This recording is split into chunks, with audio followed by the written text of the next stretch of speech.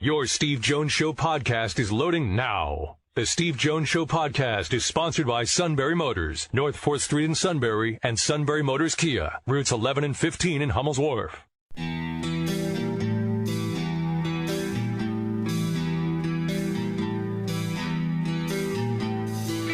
Sports talk where your voice counts. This is the Steve Jones Show on News Radio 1070 WKOK. Now from the Sunbury Motors studio, here's Steve Jones. Sunbury Motors, 4th Street in Sunbury. Sunbury Motors Kia, routes 11 and 15 in Hummel's Wharf, and online at sunburymotors.com. Ford, Lincoln, Kia, Hyundai.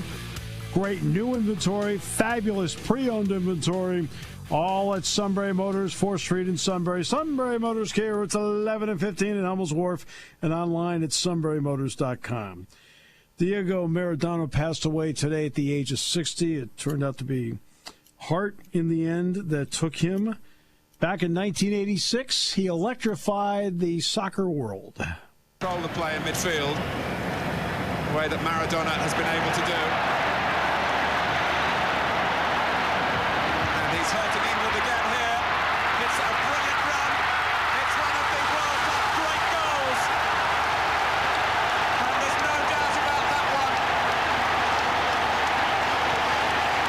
He left a trail of England players. In 1986, he was the show in football/soccer. Very pleased to be joined by somebody who's one of the best in our business for decades, and we appreciate the time he's giving us today because he's got Penn State-Michigan on Saturday. That is Mike Golic, Sr. Mike, welcome to the show. It's a pleasure to have you with us. Pleasure to be on, and I hope I'm not bad luck because the last 3 weeks, my 3 games were all postponed or canceled, so I hope that doesn't follow suit to this one. Well, we got the Penn State test results at least up to Friday today. It was 1,381 total tests, 4 positive, so that was for the athletic department. So that right. Seems to be okay for the moment. Okay. Well, that's good. That's what. But in this, I mean, I was supposed to be doing a basketball game today. Oh, right. That's right. I mean, that's amazing. I thought one of the first things that would go would be some of these preseason tournaments. I didn't know if teams would want to put themselves in position of being with a number of other teams. So I thought those would take a little more of a hit than they would, but they wanted to try and keep going. And as we're seeing, there's been more than a few postponed already. Yeah, so that's what I've got to deal with is one postponement, and then I'll go from there. You and I, me on radio, you on TV, have one of the bigger mystery games of the week, I think, in some ways. When you sit down and look at this matchup, what's pouring through your head so that when you and Dave Pasch talk on Saturday, you want to hit some points? I mean, it's stunning to me. Obviously, you know, in talking, we'll cover the game as far as the game is going on and some of the players, and certainly there are a number of players worth talking about. But also, that's going to be big picture of these two programs, you know, between Franklin and Harbaugh, just where they've gone, the success they've had, and just how it seems like it's fallen off the table this year, and just how. I mean, we talked to a few of the players today, and there's just a lot of frustration with, you know, practices are good, we all feel good, and then we just make too many mistakes on the field as we see, especially with turnovers we see, and those can be absolute killers, and they are. And it's just, you know, it adds to it for the fact that you had this crazy offseason where the teams couldn't be together. Then you didn't even think you were going to be playing. And then you find out you're playing, and you know it's going to be a shortened season, so every game counts. And, you know, for Penn State, they come right out of the gate and lose in overtime to Indiana.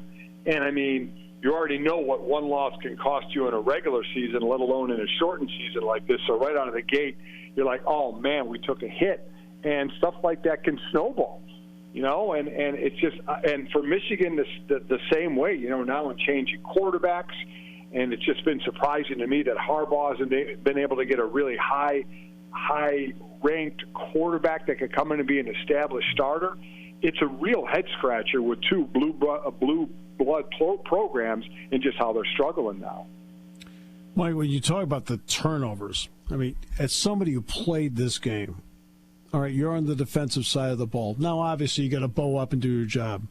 But how deflating is it even for a defense when the offense can't keep the ball and they're putting the defense in some bad spots? Well, what happens is you start to think, when is it going to happen? You see maybe something positive going on, but you're like, well, we know what's happened in the past. When is it going to happen?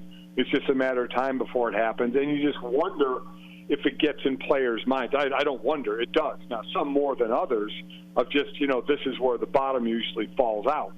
And as a defensive player, you're just that's what you just have to keep saying.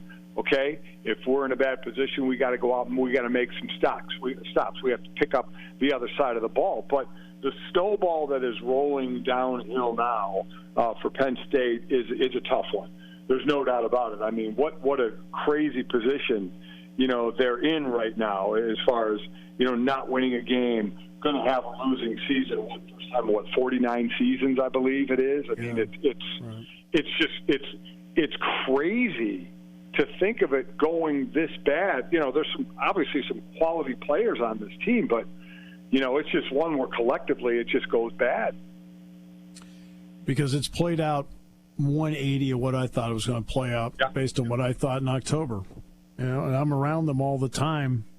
It's played out 180. I know Jack Ham and I have talked on our broadcast about usually the offense can bail out the defense or the defense can bail out the offense. And you feel like through this whole thing, nobody's been able to bail out anybody. Oh, not at all. I mean, you want one side to pick up the other, but, it's just not happening. Injuries have hurt along the way. I'm talking actual injuries, not COVID, but COVID certainly has hurt. But injuries have hurt this team along the way. That's why it's just such a head-scratcher, because usually there's enough talent. And I say the same thing about Michigan, that there's enough talent that some good can overcome some of the bad that's gone on. But in this year, it just hasn't. Listen, I remember when the season started, we were all like, oh, okay, Big Ten starting. Oh, can't wait for that second game, Penn State, Ohio State. Everybody's looking forward to that one. That's going to be a real tester there. And then all of a sudden, you have the overtime loss to Indiana, and you're like, oh, my God. Didn't see that one coming. And then it was like, well, okay, if Penn State wants any shot at all, they're going to have to beat Ohio State. And when that didn't happen, I mean, like I said, early into a season, you start thinking, okay, one of the things we're playing for is basically already gone. And that's what I meant, that it just snowballs from there. So then let's get to the Michigan side of it. All right, they get off to a good start against Minnesota, and Minnesota's been up and down. But then the head-scratcher to me was Michigan State in the second game. And then Wisconsin, which really put it to them, obviously. So when you've had a chance to really look into them, what are a couple things that have jumped out to you as to maybe why? Well, I mean, the one thing that you always knew about a Michigan team, because of Don Brown, the coordinator, is they were going to be a great defense. I mean, from BC to his starting time in Michigan, he had one of the top defenses in the country for years. And then last year, okay, they weren't as good as some of the others, but I think they were still 12th. I mean, this year it's their 90th.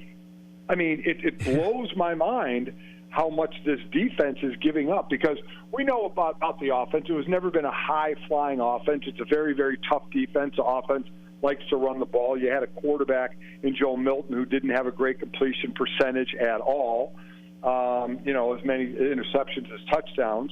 So you knew they would run the ball, and they do with a group of running backs. So, that tough defense is always there. And the defense has really, really fallen on hard times. So that's been a surprise to me.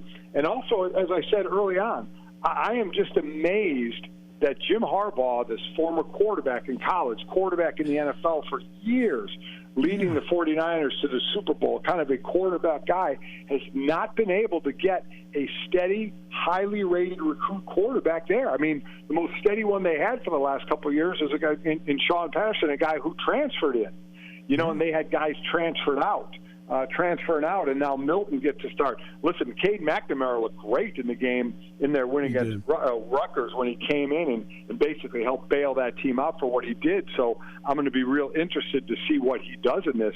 But for me, Michigan is known for, a hard running game, a decent passing game, and a tough-as-nails defense. and it just absolutely positively has not been there. You know, the rushing, what they're not even, you know, they're just barely in the top 40. You know, or no, I'm sorry, they're Michigan. Yeah, no, I'm sorry, that's my bad. Their rushing is what, 102nd. 102nd I mean, it's of the crazy. country. Yeah. So it they is can't crazy. run the ball. The defense can't stop anybody. So it's very unbecoming, especially to me on the defensive side. Yeah, because you and I both know that Don Brown wants to blitz, and blitz some more because he'll take his two corners and he'll play them out there man up. And it seems like, yeah, and still do. But sometimes you don't have the personnel that can pull that off. Well, it's exactly right. You got to be able to get to the quarterback. You have 8 sacks. You know, you put your guys on an island, you know, on the outside, that you better get some pressure. I mean, that's why I'm really looking forward to, you know, what Dotson is able to do in this game. He's been such a big play guy for Penn State. And, I mean, he's a guy that's got to be chomping at the bit at some man coverage, especially if his quarterback gets a little bit of time. I mean, just how much that's going to hopefully help. Now, the offense, you know, they've given up 20 sacks, so there's been pressure on the quarterback. But if he can get some time in there and they're in man coverage, I'm really, really interested in what Dotson can do. Right, exactly. It's interesting you brought up about the Michigan quarterback situation because it is a point, as people who listen, I've made several times. I've been mystified by that. His best quarterbacks have been, as you correctly pointed out, Shea Patterson, and his first quarterback that transferred from Iowa, Jake Rudock. He hasn't recruited his own guy. And I mean, you and I can sit here. I'd say, hey, Mike, what's your theory on that? I mean, that'd be a question, but I don't know what the theory is. I don't understand why he can't get that. Well, I would let's look at maybe the system that they run isn't what these quarterbacks are used to. There's a lot of throwing now, and Michigan doesn't do a ton of it. So maybe these quarterbacks, you know, are seeing that. Also, let's also be honest. The 18-year-olds, when I was 18 to where these kids are 18 and being recruited, they're a hell of a lot smarter right now. The 7-on-7 camps that are going on around the country. Right. You see where guys are going and then where they're not ending up. Michigan quarterbacks are not ending up in the NFL. High, you know, 4-star, 5-star guys see that. They say, wait a minute, where can I go to a great college, play, have a great chance to win, and jump to the NFL? You're not seeing that at the quarterback position in Michigan. So maybe aren't going to get the high recruits that go there. But it really has been surprising to me.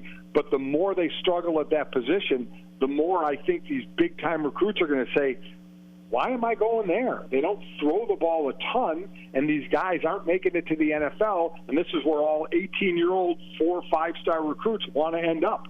So that's in their game plan, and they just don't see it at Michigan at the quarterback position right now. I assume you're doing this game from home? Yes, doing it from ESPN. Yeah, have a bunch of monitors here, which is a bummer. I mean, it really is. You know, you miss the energy of a crowd, but just, you know, Dave Pasch will be in Arizona. I'll be at home, and Paul Carcaterra, our sideline, will actually be in Michigan at the game. So it does make it a little tougher, but, hey, I'm just happy there's a game, and I'm happy to be calling one. Yeah, especially after the last 3 weeks. Yeah, exactly. So I did morning radio for 21 years. So what's it been like to at least get a little more sleep? I tell you what, it's been wild. I can't believe I'm actually sleeping till like 7 or 7:30. I used to still kind of stir and open my eyes at like 4:15, the time I would get up for the last 22, 23 years. But I've been able to kind of sleep past that now. So when I can actually go out on the market, as they say, in the beginning of the new year when my contract's up, it'll be interesting if I want to do a morning show again and start to go back to get up early again. I don't know. I may have to take a later day part or something just because I'm used to the sleep. Yeah, the toughest part for me is when there'd be a basketball game, say at Wisconsin or Minnesota or someplace, that I had to fly back overnight. I'm like, I'm got to go in. Well, that's tough. Yeah, for you doing basketball, because it's, you know, during the week games. That's the one beauty of calling college games. There's always on the weekend, so I'm always guaranteed to get, you know, a day of rest a little bit on the weekend before mine starts. You had it a lot tougher doing midweek games. Yeah. Hey, you're brilliant as always. Whatever you do, you'll be great at. Have enjoyed your work for a long time with great respect. Happy Thanksgiving to Chris and your entire family.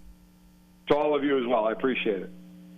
Mike Golic Sr. joining us. He'll be on the game with Dave Pasch on Saturday. Oh, and by the way, now we've completed the Golic dynamic duo here. We had Mike Jr. on earlier. So when we had Mike Jr. on, about, what, month and a half ago? 2 months ago? Yeah, I want to say it was about 2 months ago. It was right as he took over from doing the new 4 to 7 ESPN radio show. I had to ask him about sleeping. I mean, it'll be interesting to see what he decides to do on that. But to be honest with you, and I can now make this statement at this stage of my career, I'm never going back to morning radio. Well, no, I'm not. I mean,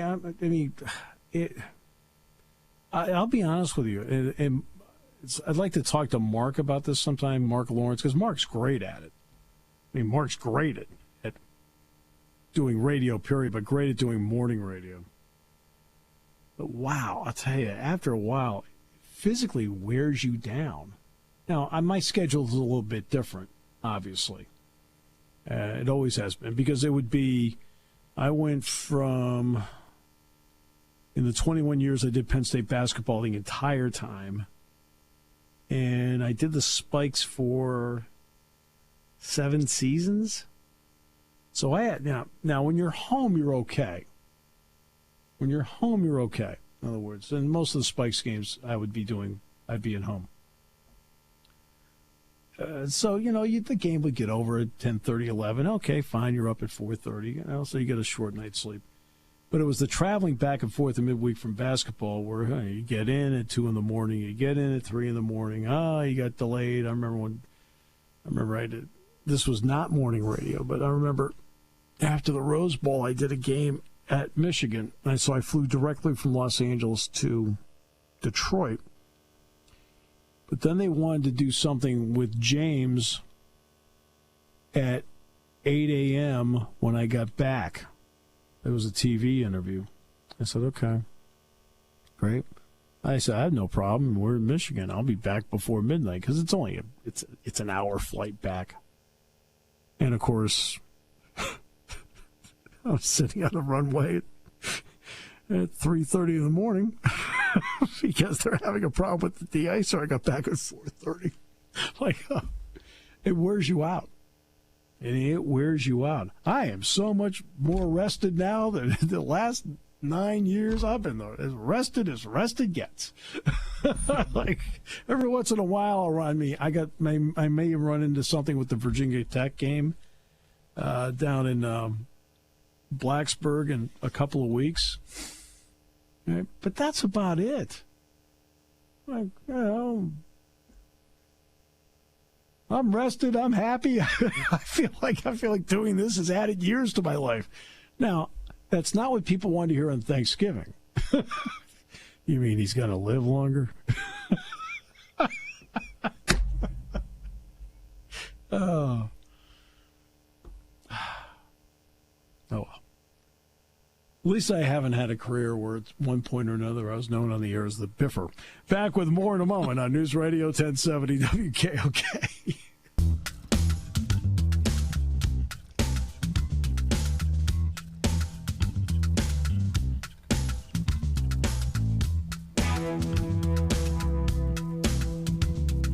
Game is going to be 1:15 on Sunday on NBC.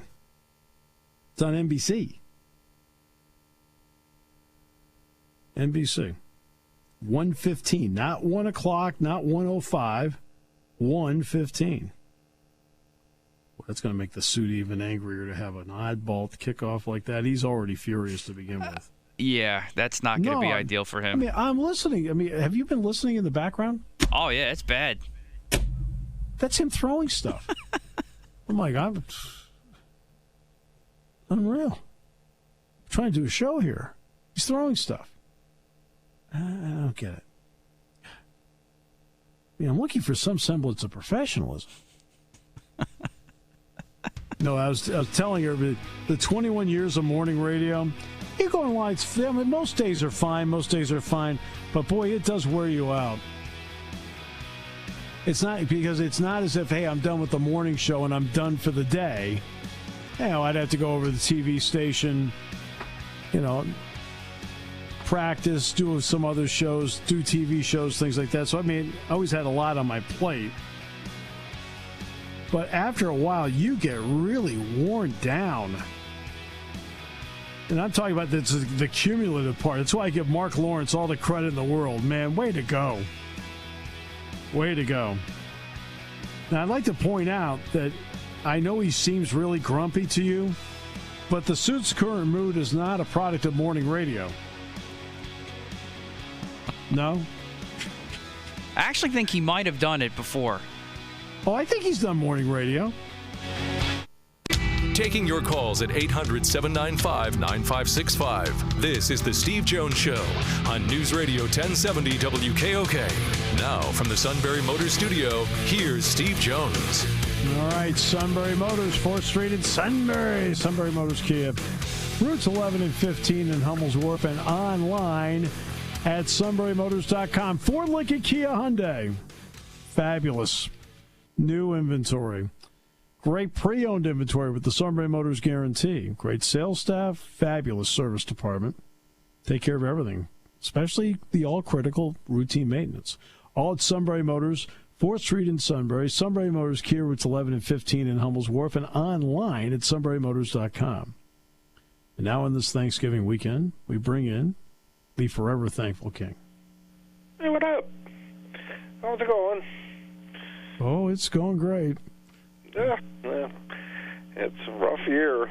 I was just telling Matt, Gino Ariema gave an interview yesterday, and UConn girls practice is now off for 2 weeks because they had a couple kids test positive, not players, but staff. And he said it's just a tough year for anybody in sports because you don't know if tomorrow if you even have a season. And your kids do everything right, and someone tests positive, and you got to cancel for 2 weeks. He said you just deal with it. Yeah. No, it's a fear for everybody. No, I was supposed to have a sports or whatever it is. I was supposed to have a basketball game today, and at the last second yesterday, got postponed. Yeah. So they're going to play Saturday, so I won't do that game. But then, so the next basketball game I'm scheduled for is next Wednesday. Yeah, hey, you know who quit on the air? Jody Ambrosio. Did he really? Yeah. Geez, the last time I saw Joe was a year and a half ago. We had a great talk, long talk, at the NCAA lacrosse tournament in East Hartford. Mm-hmm. Yeah. Wow, he quit on the air. Yeah, well, he's on the air now, but he said he lost his temper with a caller. I had it on here, and I live for that stuff. I was like, and the caller was getting into him, because Jody's kind of liberal, and it was right before the election, and Jody started screaming at him. He said, I have a right to my opinion, and I'll say whatever I want to say, and you know what? You're not going to have to worry anymore because my contract's up in June, and I'm out of here. And then the next day, it was in the paper, he quit. He gave his resignation that he's out, and then they reprinted it again a couple of days ago. I was like, wow. I think there's more to it than that. Is his resignation effective in June or now? June. He's working out his contract, but he's done in June. He said, and you people won't have me to beat up anymore. I was like, holy cow, you got thin skin. The bottom line is he didn't have good chemistry with Ray Dunaway. Even though they like each other, the show was off, and they were getting...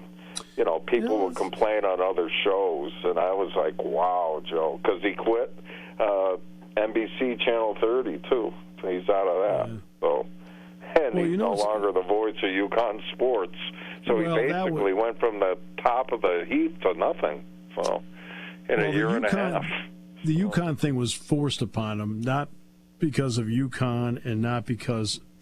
But he needed, because of benefits, you need the full-time employment. Right. And he could not stay where he was full-time employed and do UConn because they switched stations and UConn wouldn't let him. Right. And they tried to rent him out. And his current employer wouldn't allow that. So that's why he had to give up UConn. Because, I talked to him about this. So, yeah. And it's a shame because he's good. He's a good man. I mean, I like him. Personally, he's like I like him a lot. He's the voice of their football and basketball for 30 years, and now he's out of a job completely. Unless he's got something else lined up that he wants to move into. Because that Mike Crispino, I mean, he sucks. He's hard to listen to. So yeah, well, we'll see what they want to do. What they want to do with it. I think Joe's a little bit older. Because there's no sports. There's nothing to do. Yeah. I mean, he could announce for anybody. I mean, I know he's tremendous. I have great respect for Joe. But it's interesting you mentioned the chemistry thing because I've talked to my students about this. I said there's certain things I can't tell you. I said number one, I cannot tell you how to get a job. There's no magic formula, magic bean that gets you a job. You just have to be persistent. So the other part is, I said when working with somebody, I said I can't teach you chemistry. You either have it or you don't. Mm-hmm. And see, this is where I've been really lucky. The people I work with, Matt and I have a lot of fun together. I'll begrudgingly mention the suit and I had fun together. All right. We had fun. I struggle with you. I know you do. And obviously Jack and Dick Girardi.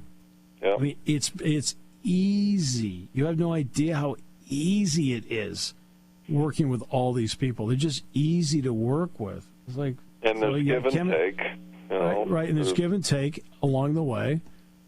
But I said you can work with your best friend that you've known forever, and for some odd reason on the air it doesn't click, and then you can work with a total stranger and suddenly it clicks. I said I can't explain the chemistry part to you at all. I think one thing to watch out for would be somebody like Ray Dunaway, who I don't know if you're familiar with him, but he's been the host of the morning drive for WTIC for like 30 years, and for the most part did it alone. Yeah. So when you get put in a situation, that's a tough situation, He doesn't need Jody, you know what I mean? He's been doing it alone for a long time. So you've got them trying too hard to get along with each other, and I think that was kind of a problem, you know? It's interesting. Because you could notice the difference when Jody was gone. And the difference when Ray took a day off, that they were different on the air. So. Well, Vin Scully worked with people forever, okay? Mm-hmm. And then Don Drysdale died. He never worked with another person on the air again. Really? Yep, he did the rest of the time with the Dodgers. He worked alone from the day Don Drysdale died. He just that was it. Good. Drysdale was great. Was great. But I always found it interesting. He just felt better, more comfortable once he lost his trusted partner on the air to working by himself the rest of the way. All right, we got picks to make. We got a lot of fun. I quit. Oh, you quit? Yeah. That's because he went 1-7 last week. That appears to be an on-air trend of late. I don't want to play anymore. I just didn't feel well. His new way of decision-making, the Cougar's better than the Duck, is done. I just didn't feel well. She had like an 8-stroke lead and lost it. I had a tummy ache. So what are the current records? All right, so I went 6-2. Yeah. Steve went 3-5. Kevin went 1-7. So I have increased my lead as the lead dog at 52-29. Steve is now 46-35, and the king is 38-43. So we'll take a break. We'll come back with our trusted picks that the audience says, hey, wait, this is great. In a moment. Brought to you by Sunbury Motors on News Radio 1070 WKOK. When it comes to car buying, there's the other guy's way, and then there's the SMC way. The other guys force you into a vehicle you really don't want. The Sunbury Motors way lets you take the time you need to browse, ask questions, and take the test drive and think on it. For over 100 years, the Mertz family and all their employees have made your experience the most pleasant one you'll ever have. The other guys won't offer you the best price for your trade, no matter how much they say they will. The SMC way is their promise to provide you with the most money the market shows your vehicle is worth. The SMC way is to offer you all applicable factory rebates on new vehicles and generous discounts. Looking for a pre-owned vehicle? The SMC way checks each vehicle in a 200-mile radius to determine the lowest price, then beat it. It's the lowest price promise, just part of the SMC way. The choice is up to you. The other guy's way or the SMC way. The SMC way wins every time. Sunbury Motors Company in the North 4th Street Auto Plaza, Sunbury, and at sunburymotors.com. Selling more cars and satisfying more customers for over 100 years.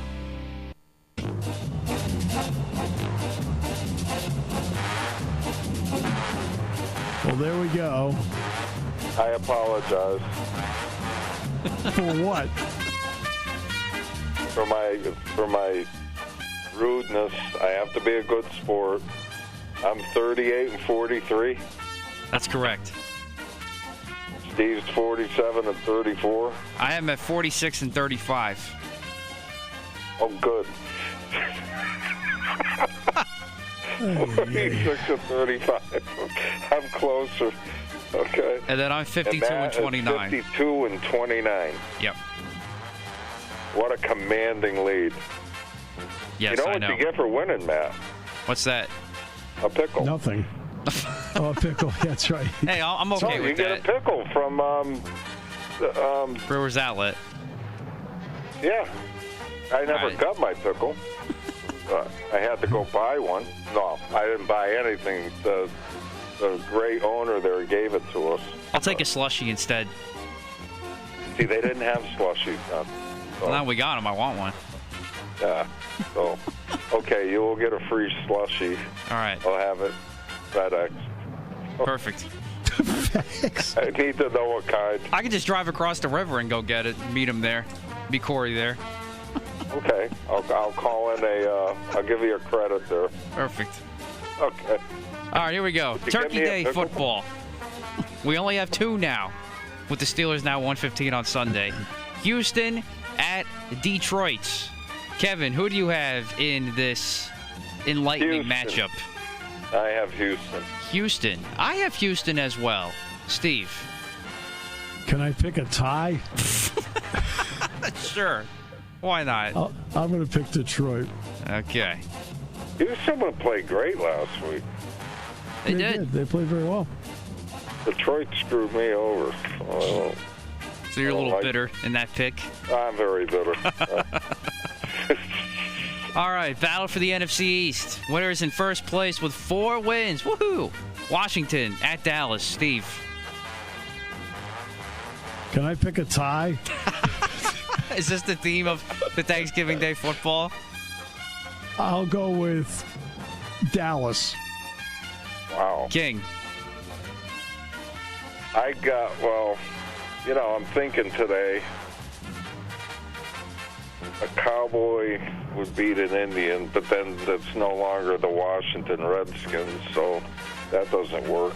So the Washington team, the Cowboys stink. I got the Washington. I have Dallas as well. I fear that come from behind win against Minnesota might be the start of a maybe a run. Defense, that was the best I've ever seen the defense look. I get Minnesota's been up and down this year. Andy Dalton's back, so I don't know. I got Dallas. I got a bad feeling. I got Dallas. And then finally, the aforementioned Baltimore at Pittsburgh game now at 1:15 on NBC. King. Steelers. Jackson's not playing well at all. I got Pittsburgh very good. I love the defense. I got Pittsburgh as well. Steve. 1:15 start is maybe rethink this. I'm going to go with Pittsburgh. All right. There you go. That's funny. I was hoping God take Baltimore. Okay, good.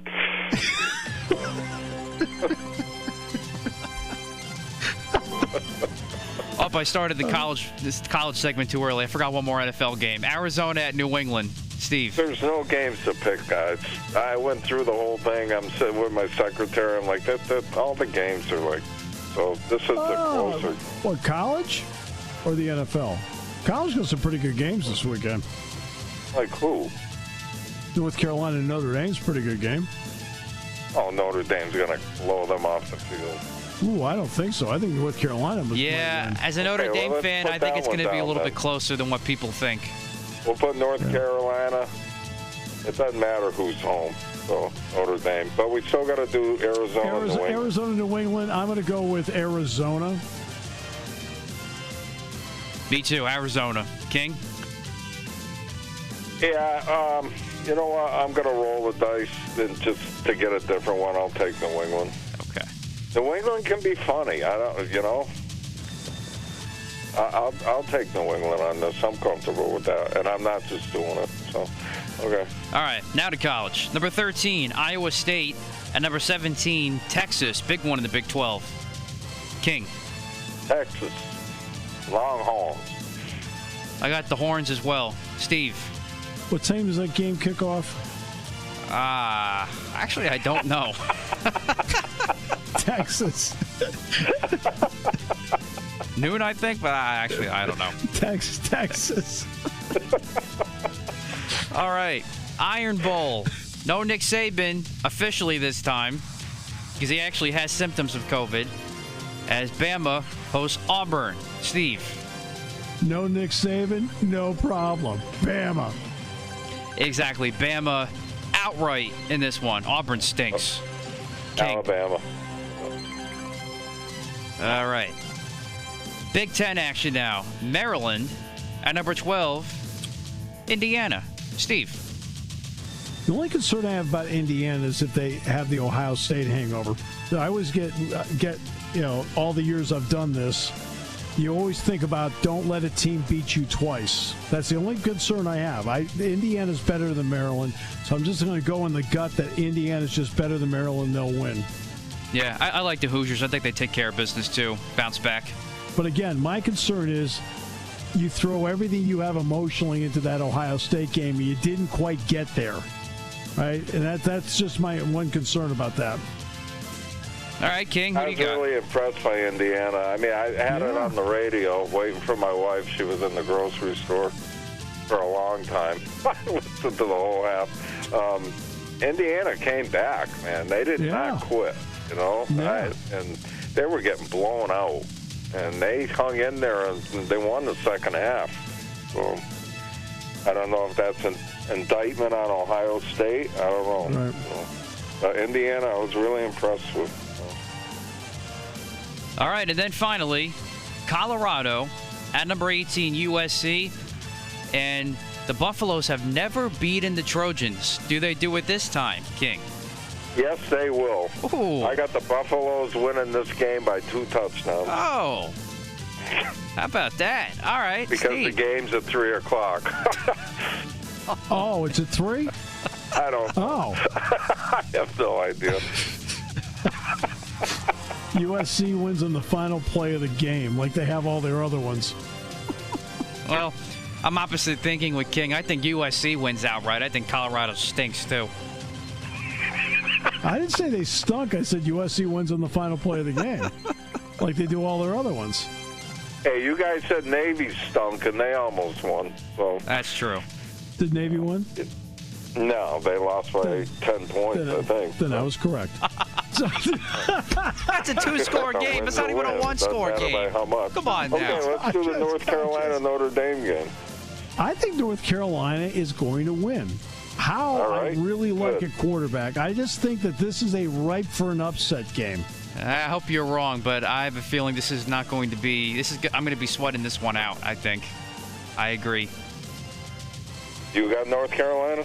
Well, I still think Notre Dame's going to pull it off, but you're picking Notre Dame. Move on. Yeah, but this is going to be a close game. So you got Notre Dame? Yes. I got Notre Dame. Are we officially adding this to this week? Yes. Okay. All right. I wasn't sure about it. Add it in. Come on. He said there weren't any good games. I think it's a good game on Friday. I don't know how I missed that. Is North Carolina ranked? Yeah, they're 25. Yeah. Oh, man, that's how I missed it. It was way down. Yeah, they're way down on the new college football rankings that were just announced last night. Yeah, I only put Auburn, Alabama, and Iowa State and Texas. They were the only ones I saw that were in the top 20 that were ranked. You know, they're playing each other. So we'll see. We'll see what teams can make it all the way to the weekend without canceling. So, but we get to this. What's today? Wednesday. Yeah. I get to this point, and it's like Tuesday, Wednesday, Thursday. I just sit there and just wait. Yeah. It's unbelievable. Then I get on the plane Friday, and I hope when I land, it's always okay. It's still a game. That's what Gino said. Gino Auriemma said, you just don't know. He said it's the strangest, and you have to respect the whole process. I don't know what's his name down there at Clemson, having a little breakdown. Oh, yeah, Dabo Sweeney, yeah. Dabo Sweeney. He's been out of line this week. You know, you've won a lot of nats. Just shut up. Like, your whole team's had the virus. He's still butthurt from the loss at ND. That's what's up. That's what's up with him. I don't know. He basically called Florida, wimps or something, but whatever. I don't mind him saying something on, like, Sunday. Yeah. But after that, let it go. You got a game with Pitt this week. Last time Pitt came to your place, they beat you. Let's go, Pitt. Yeah, let's root for I'm Pitt. sorry. Dabo made me mad. I love Dabo. Great coach. But, man, you're taking this way too serious. So I can't root for Pitt. What are you, nuts?